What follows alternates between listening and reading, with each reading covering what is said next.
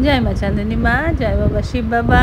আমি বর্ণালী এসে গেছি আপনাদের সঙ্গে আলোচনা করতে চূড়া দিদির হাসি খুশি ফ্যান ক্লাবে।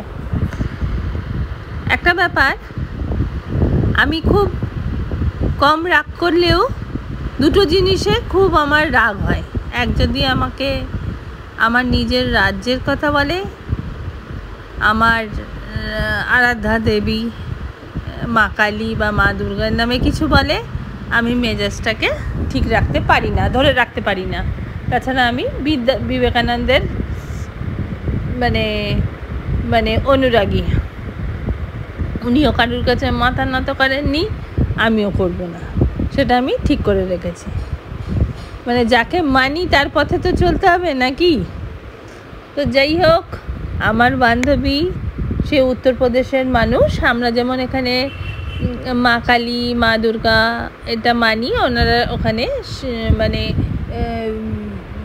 ওরা কৃষ্ণ ভক্ত। তো শাক্ত এবং কৃষ্ণ ভক্তদের মধ্যে, বৈষ্ণবদের মধ্যে একটা প্রবল ঝামেলা আছে। কিন্তু আমি 33 কোটি দেবতাকেই মানি, বিশ্বাস করুন, তার মধ্যে কোনো দ্বিমত নেই। কিন্তু এই যাই হোক, আজকে এক বিশাল ঝগড়া হয়ে গেল।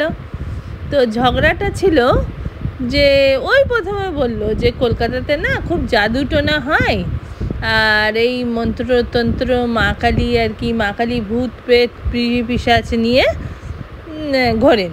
তখন আমি বললাম যে এইগুলো পরে তাহলে তুমি বুঝতে পারবে। আর উনি অনেক দিন কলকাতাতে ছিলেনও, কারণ ওনার ছেলে IIT খড়গপুরে পড়তো। তো যাই হোক, সেও বলল। তারপরে আমি তখন আর কিছু বলিনি, কিন্তু আমি ডিফেন্ড করে ওকে বুঝিয়েছি যে এই বইগুলো তুই পড়, কালী কথা পড়, তুই তাহলে বুঝতে পারবি যে কালী যেটা যেটা বলা হয় সেটা না। আসলে সুশান্ত সিং রাজপুতের যখন মৃত্যু হয়েছিল তখন এইটা ছড়িয়ে দেওয়া হয়েছিল যে বাঙালিরা সবাই ওর যে গার্লফ্রেন্ড ছিল সে নাকি যে তন্ত্রবিদ্যা করে ওকে মেরে ফেলেছে। তাই এটা মিডিয়াতে হয়েছে। আর মিডিয়া দেখে যারা কথা বলে তারা বুঝতেই পারছেন তাদের বুদ্ধিটা কতটা কি আর বলবো। সে যাই হোক, তারপরে তো এইটাতে ও তো থামছে না। তারপরে ও কলকাতা নিয়ে কলকাতা পশ্চিমবঙ্গ নিয়ে বলতে শুরু করলো, যেহেতু ওর খুব ইচ্ছে ছিল যে আমি দিল্লিতেই থাকি, কেন ও আমাকে সত্যিই খুব ভালোবাসে।